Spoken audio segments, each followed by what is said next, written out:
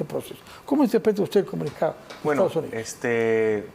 traducciones más o menos, como usted bien ha mencionado, don Fernando, es el tema de que ya Estados Unidos ha reconocido a Edmundo González Urrutia como el ganador, el que ha tenido la campaña exitosa y que ha logrado el objetivo de ser presidente de Venezuela y derrotar a Nicolás Maduro.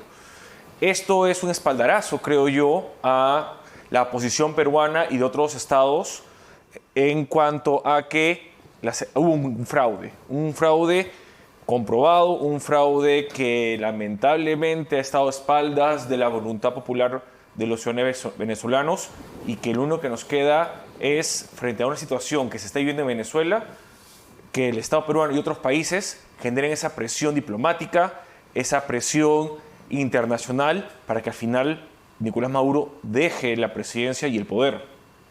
Este comunicado, que es firmado por Anthony Blinken, secretario de Estado, es una declaración de prensa, pero lleva la firma del canciller americano, o lo que aquí llamamos canciller, se produce un par de horas después de un comunicado conjunto de Colombia, México y Brasil. Ahí lo relevante es Brasil, porque el presidente Lula había mantenido conversaciones con el gobierno americano hasta el último minuto. ¿Qué ha pasado? ¿Por qué fracasó la posibilidad de tener una posición común?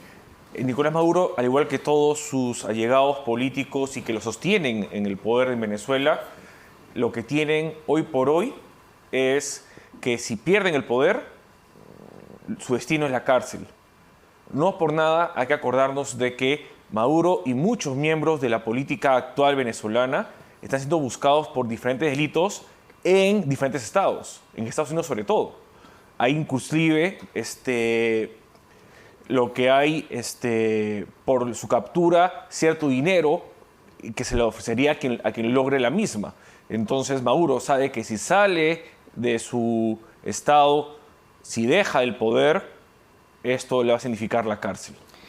Por otra parte, hay una respuesta de Maduro ya bastante rápida, sosteniendo que han ellos siempre dialogado y que están decididos a cumplir el acuerdo de Qatar, que firmó Estados Unidos con Venezuela el 28 de septiembre del año pasado. Sí, era siempre y cuando hubieran elecciones transparentes, públicas y que se respetara la voluntad popular venezolana, que ninguno de esos tres se ha cumplido en estas elecciones. Es por ello que hay esta disconformidad del gobierno y del secretario de Estado, que sería como nuestro canciller, sí, respecto de lo que ha sucedido en las últimas elecciones venezolanas. De acuerdo. ¿Qué significa que además de esto, el Tribunal Supremo de Justicia de Venezuela convoque a los candidatos mañana? ¿Qué se está tramando ahí? Mira, mi mayor preocupación es de que primero el presidente Maduro lo que ha hecho es señalar de que hay que llevar a la cárcel a Edmundo González Urrutia y a Corina Machado. Entonces, ¿qué significa? Si tú lo convocas y lo ves, lo pueden aprender y obviamente llevarlo a una cárcel. Más aún, señalando hoy día que... Quien ha convocado es la justicia, no tanto Maduro. No, pero vamos, si vamos sumando... La justicia de Venezuela está bien copada por el poder de Maduro. Hay que decir de que parece que fue una trampa, ¿no? Te convoco para que escuches los resultados que ya conoces de antemano y que además, ya bajo la amenaza de que te pueden detener porque han insinuado de que tú has cometido actos que inclusive, si no me equivoco, terroristas, ¿no? Así lo ha calificado el presidente Maduro a su contrincante. Sí. Por otra parte, estamos ante el riesgo de un desborde de violencia. Eso es lo que el comunicado de Colombia, Brasil y México dicen, que hay que hacer todo para evitar eso. Es que, a ver, estamos viendo que puede haber una azonada de violencia en Venezuela en relación con la oposición y que luego existan más migrantes a los diferentes países que ya, en Perú, Ecuador, Colombia, Argentina, Chile, y que con esta ola de migrantes también vengan no solo buenos ciudadanos, sino también personas que cometen delitos o que pertenecen a grupos organizados como Tren de Aragua, y que esto también genere violencia en otros países. ¿Cómo juzga usted el anuncio hecho por el secretario general de la OEA al término de la fracasada sesión el día de ayer de la Comisión Permanente, de presentar una denuncia ante la Corte Penal Internacional por asociar a Nicolás Maduro con la voluntad de un baño de sangre. Yo creo que es importante porque es una posición en relación a una persona que es un titular de una organización internacional, en donde justamente ve los intereses de la región, y uno de esos intereses es garantizar el principio democrático en los estados. Al haber hecho esto, está señalando de que Maduro no solo ha quebrantado el principio democrático, sino que ha atentado con los derechos de los venezolanos. ¿Y esto qué va a generar? Si tiene una denuncia en la Corte Penal Internacional y esta se aboca al caso, Maduro va a tener una requisitoria internacional por Interpol, por la Policía Internacional. Y si Maduro sale de Venezuela, en un país donde se haya suscrito el Estatuto de Roma, lo pueden detener. Como el Perú. Bueno, por otra parte, hablemos sobre temas peruanos. Claro. Y entre ellos, naturalmente, el que nos importa más tiene directamente que ver con su actividad constitucional y con el libro que ha publicado recientemente.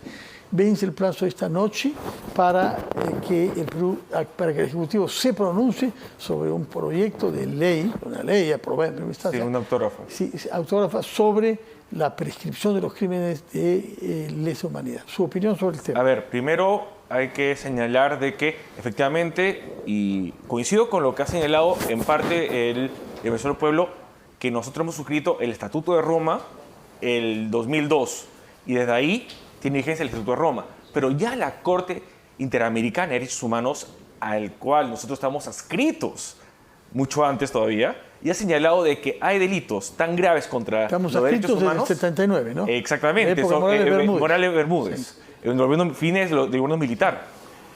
Ya nosotros ya teníamos la obligación de cumplir la Convención Americana sobre Derechos Humanos y al mismo tiempo la decisión de la Corte. Y la Corte, ¿qué ha dicho en relación a este tema? De que hay delitos tan graves contra los derechos humanos que estos son imprescriptibles. ¿Cuándo ha dicho eso la Corte? Ha dicho en diferentes sentencias, sobre todo, por ejemplo, cuando son temas delicados como la desaparición forzada, que señala que son delitos de tracto sucesivo, que al no encontrarse a la persona, a la víctima, sus familiares y la sociedad tienen que conocer, obviamente, qué ha sucedido con los hechos. Y la única manera de hacerlo es investigando, procesando y luego sancionando a los responsables. Entonces, acá hay justamente, y ahí justamente conecto con luego lo señalado por el presidente del Poder Judicial, que dijo, y por eso no suscribió, si usted se acuerda, ese comunicado conjunto entre el Poder Ejecutivo y el Congreso al Sistema Interamericano de Protección de Derechos Humanos, porque los jueces, en los casos en donde se quiere aplicar, si no se observara esta normativa, pueden aplicar el control difuso. ¿Qué es el control difuso?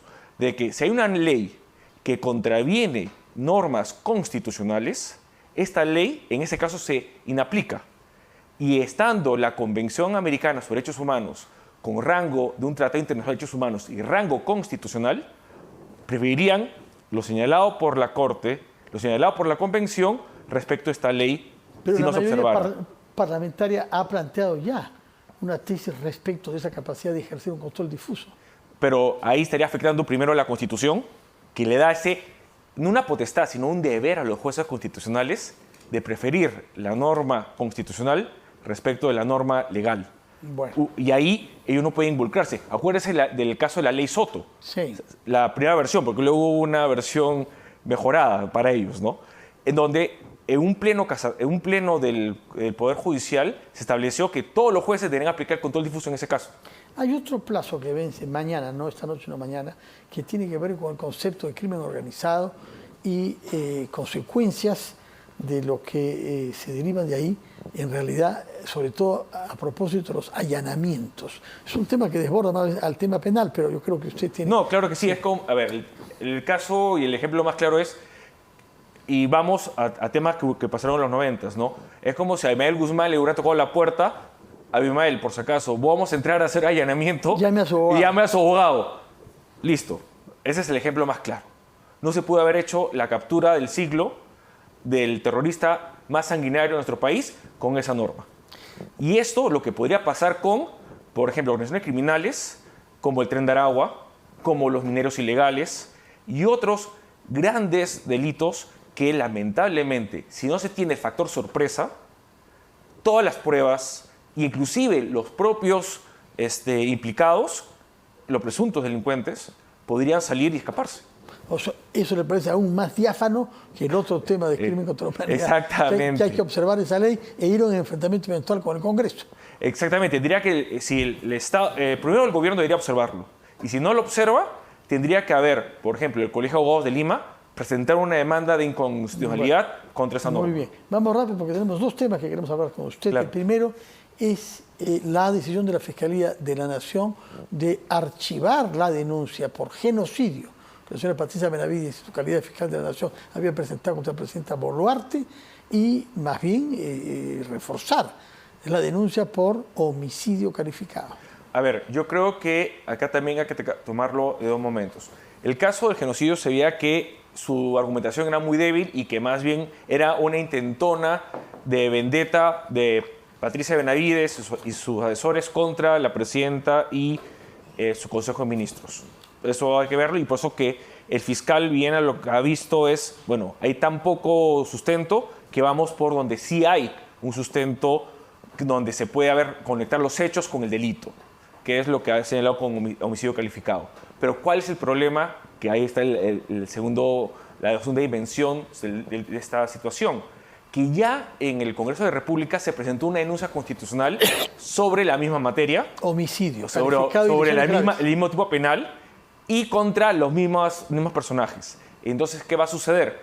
Ya en el Congreso se estableció esa misma denuncia constitucional, o una similar, perdón, como para archivarla y que está por confirmarse en la comisión permanente. Si se archivase en el Congreso, ¿qué pasaría con la denuncia de la Fiscalía? Tendría que archivarse porque se aplica un principio de neves in idem.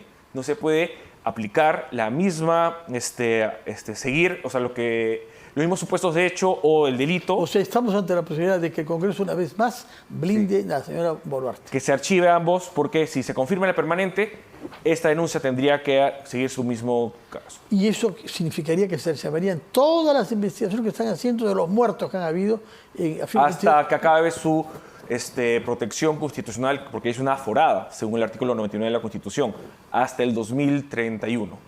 Hace 5 años. Exactamente. 5 años. Muy bien. Y finalmente, la última pregunta sobre temas constitucionales es la voluntad anunciada por dos distinguidos constitucionalistas, colegas suyos, el señor Domingo García Belaúnde y Ernesto Blume, quien ha sido presidente del Tribunal Constitucional, de defender ante ese mismo tribunal a la señora Boluarte, más bien por un caso penal que tiene que ver con las joyas y los relojes Rolex. A ver, yo creo que lo que ha buscado la doctora Dina Boluarte es conseguir la mejor defensa constitucional, y qué mejor que el doctor Domingo García Belaúnde, que varias veces ha sido entrevistado por usted, don Fernando, que es el padre del derecho constitucional peruano. Aquí es la verdad, ¿no? Es el padre del derecho constitucional peruano, y por un expresidente del Tribunal Constitucional como es el doctor Antonio Fortini. Creo que esta búsqueda de tener la mejor defensa es porque también tiene ciertas preocupaciones en relación a lo que pueda el Tribunal Constitucional decidir sobre su caso.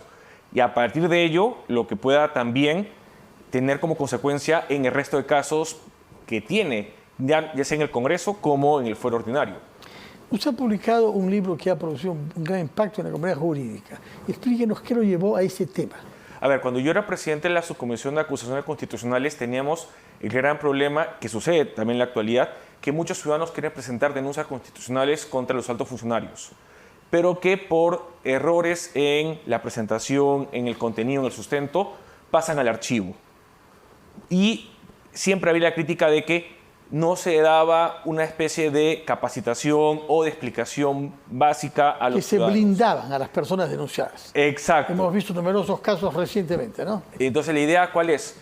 Darle un manual al ciudadano de a pie, a cualquier ciudadano que quiera conocer cómo es la acusación constitucional, el procedimiento parlamentario de acusación constitucional, e inclusive establecer formatos, modelos de cómo hacer una denuncia por diferentes casos y situaciones específicas, ya sea el antejuicio, juicio político, y que estas personas pueden ejercer su derecho de poder acusar a un alto funcionario que ha afectado sus derechos. ¿Diferencia entre antejuicio y juicio político? En el caso del juicio político se da cuando un alto funcionario afecta un principio bien o articulado en la Constitución, y un antejuicio es cuando un alto funcionario comete delitos comunes dentro de su función pública. No constitucional, no infracción constitucional. Exactamente. Y el primero fue el caso que se aplicó a la señora Zoraida Ábalos. Exacto. Que fue, además porque ambos tienen consecuencias diferentes. El juicio político, la sanción es que te inhabilitan hasta por 10 años de la función pública. Sí. Mientras que en el antejuicio político lo único que hace es levante el fuero que tiene protección para que pase al Ministerio Público y al Poder Judicial. ¿Y ya se presentó el libro? Se va a presentar el libro, esperemos que en el Colegio de Abogados y luego en la Feria Ricardo Palma a fin de año. Nos avisa para estar presente y poder ver los argumentos a favor y contra. Muchas gracias. Muchas gracias a usted. Felicitaciones por el libro, que se ha tomado el tiempo en su actividad, que sabemos que es múltiple e intensa.